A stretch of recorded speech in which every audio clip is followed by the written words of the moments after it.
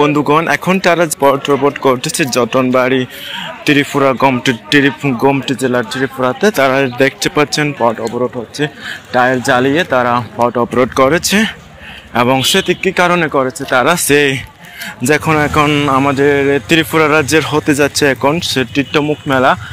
এলাকাবাসী, লোকাল এলাকাবাসী যারা আছেন তারা দোকানের ফ্লট না পেয়ে কমপ্লেন করেছে। তারা অ্যাপ্লিকেশন দেওয়ার পরে তার দোকানের ফ্লট নাকি তারা পায়নি, সে কারণে তারা পট অবরোধ করতেছে। এবং তারা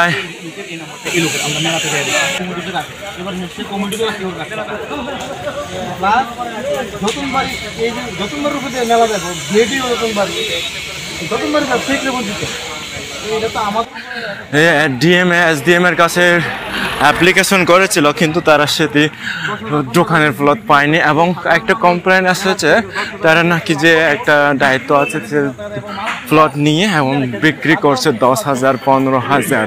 তাদের বক্তব্য হচ্ছে তারা যে লোকাল মানুষ ওইখানে গিয়ে ব্যবসা করবে, এবং যদি 10,000 দিয়ে একটা ফ্লট কিনে নেয় তাহলে কতটুকু তারা লাভ করবে। সেই কারণে তারা একটা ন্যায্য দাবি যাচ্ছে। এখন লোকাল মানুষ তারা নিজের এলাকা হয়ে যে গাড়ি দিয়ে চলে যাবে এই রাস্তা দিয়ে, তাহলে ওইটারা কেন সে দোকানের প্লট পেল না, সেই কারণে তারা পট অবরোধ করতেছে।